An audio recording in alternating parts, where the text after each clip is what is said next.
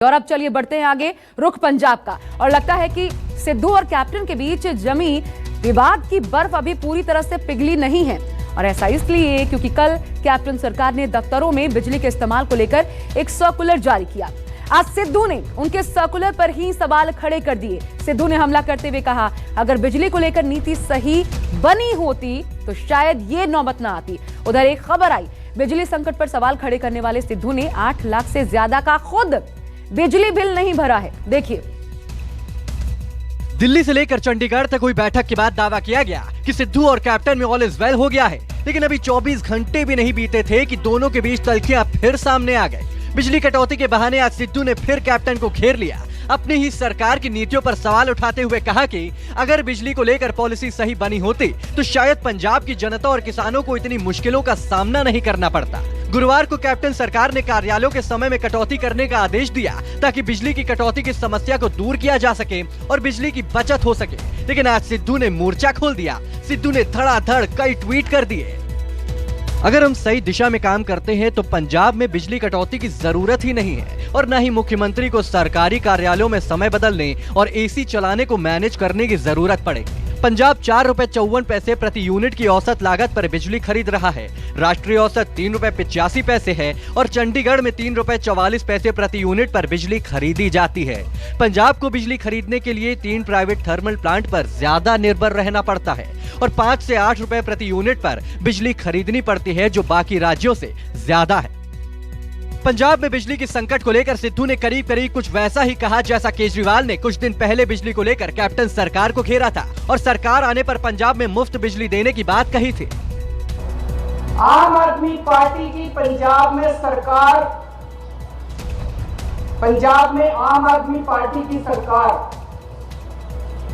हर परिवार को 300 यूनिट तक बिजली मुफ्त देगी।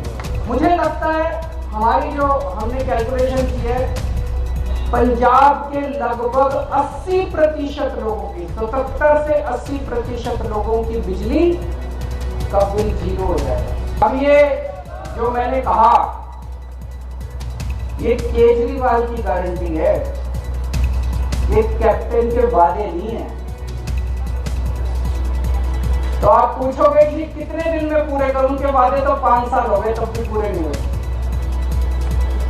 जैसे ही सरकार बनेगी, पहली कलम से पंजाब के अंदर 300 यूनिट बिजली माफ कर दी जाएगी। पहली कलम से पुराने सारे बिजली के बिल माफ कर दिए जाएंगे, लेकिन 24 घंटे बिजली देने में टाइम लगेगा। बिजली को लेकर इधर सिद्धू ने निशाना साधा, उधर बात ये सामने आई कि बिजली के संकट पर सवाल करने वाले सिद्धू ने खुद अपने घर का बिजली बिल लंबे समय से नहीं भरा है। उन पर कुल 8,67,540 रुपए बकाया है। अमृतसर में सिद्धू का ये वही घर है जिसका बिल अभी तक भरा नहीं गया और 8 लाख से ऊपर बकाए का ये बिजली बिल है। यानी सवाल उठाने वाले सिद्धू अब खुद सवालों के घेरे में है। बता दें कि उत्तर भारत में पिछले करीब 1 हफ्ते से भीषण गर्मी पड़ रही है। इस बीच पंजाब में बिजली कटौती हो रही है जिससे राज्य में हाहाकार है। इस बीच पंजाब सरकार ने दफ्तरों में चल रहे एसी के काम और तय मात्रा में उपयोग की बात कही है। इसी को नवजोत सिंह सिद्धू ने बड़ा मसला बनाया है। जिस बिजली को लेकर पंजाब में बवाल मचा है, अब उसका हिसाब किताब आपको समझाते हैं। पंजाब में बुधवार को बिजली की मांग 14,142 यूनिट तक पहुंच गए, जबकि आपूर्ति 12,842 यूनिट ही है। इस बिजली संकट से निपटने के लिए पंजाब में कई फैसले भी लिए गए। सरकारी दफ्तरों में शनिवार तक एसी नहीं चलाने का सर्कुलर जारी किया गया। एसी नहीं चलाने का फरमान नागर और बोर्ड के दफ्तरों के लिए भी है। जरूरत नहीं होने पर लाइट भी बंद रखने के लिए कहा गया है।